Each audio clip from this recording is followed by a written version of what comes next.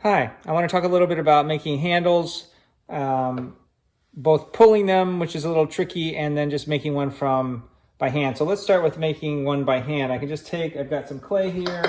I can take my cutoff wire and just cut off a little piece.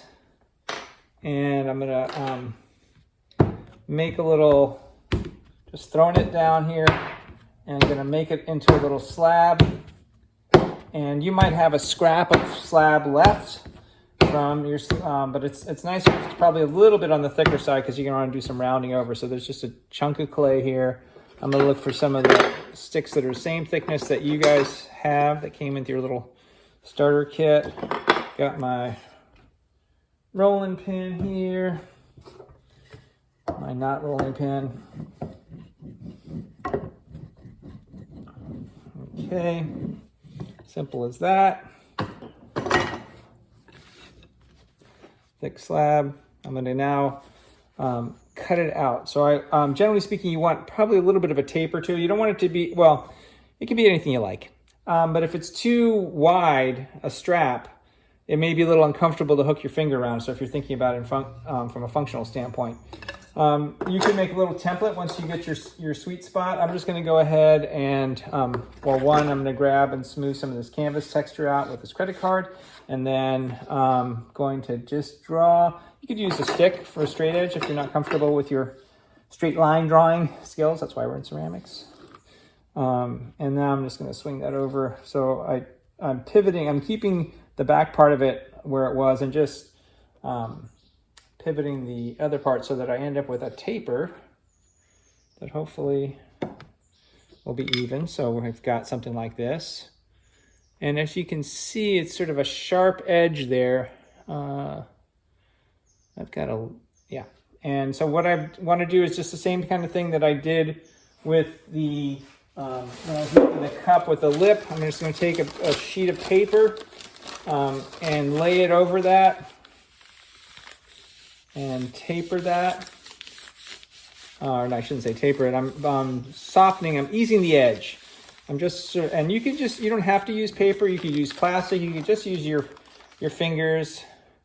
Now I'm flipping it over to the other side, which is still sharp. And get my hands out of the way. And now I'm going to smooth that.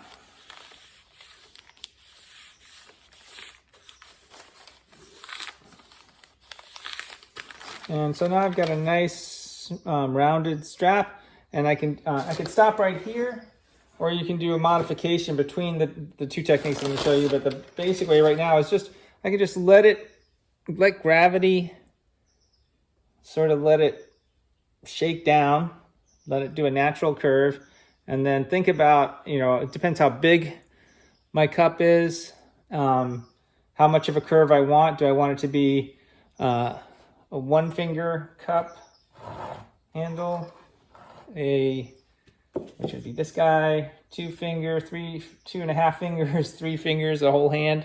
Again, it's going to depend.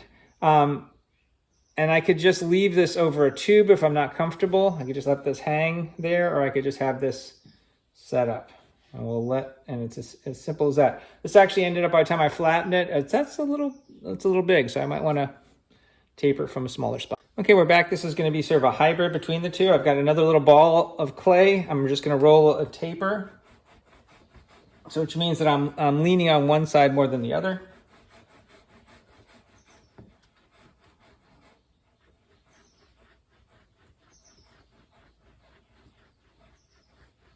So it could just leave it round. I've always felt those round handles, cylindrical handles, are kind of painful when they get loaded up with coffee. So I've got this.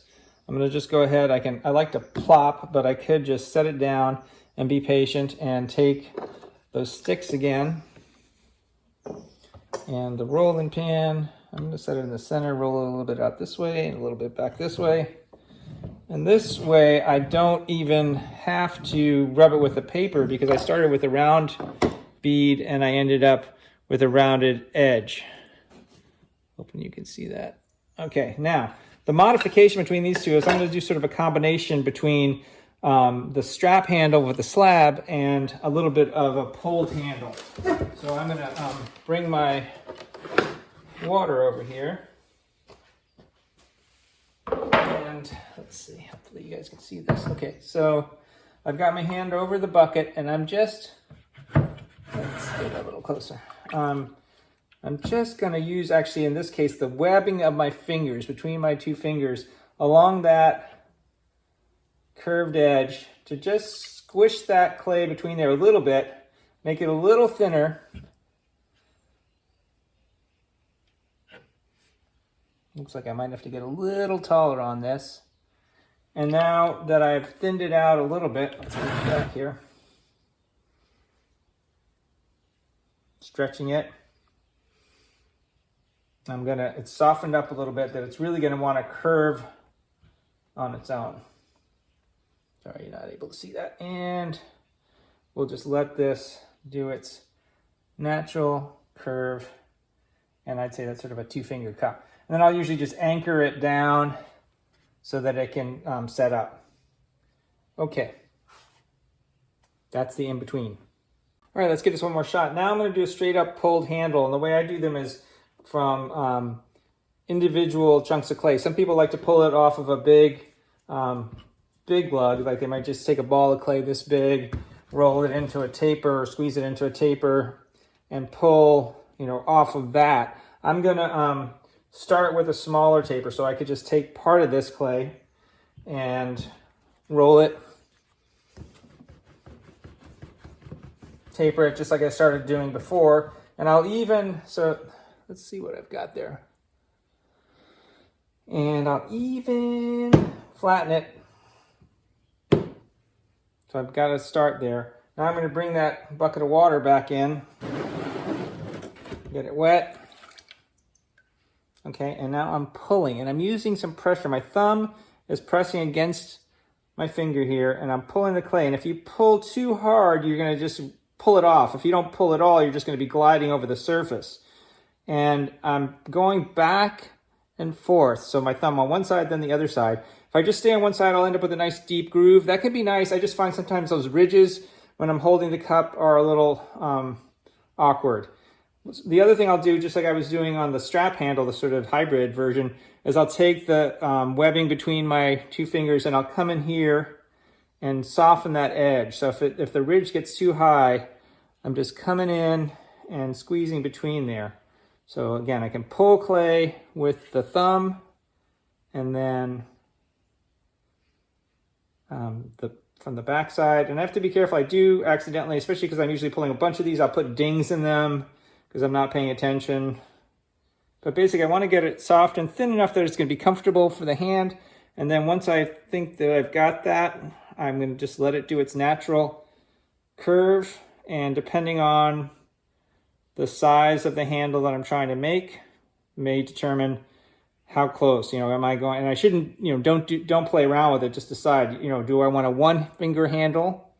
By that I mean don't go back and forth like this, just decide. So there's my 2-finger handle, and there's my, if I shake it down a little bit, I've sort of got a 3-finger handle.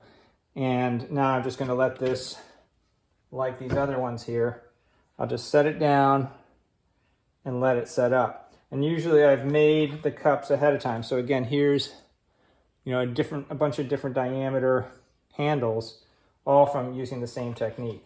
Takes a little practice, like I say, if you've got this lug of clay, and if you pull too hard, what often happens, you're pulling, and you pull so hard that you just snip that off. And so you're pulling too hard, then just back off.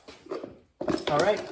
Once these guys, I have the demo on adding the slab or the handle to the slab cup, and that can show you how I'll be cutting these down. So we're just letting these set up. All of this clay sort of from here down is going to get recycled, but it's just easier for them to set up right now on this. If you're running out of clay, sometimes I'll cut them down and squish that stuff up if I need a little bit more. I'm running out of clay to make the handles.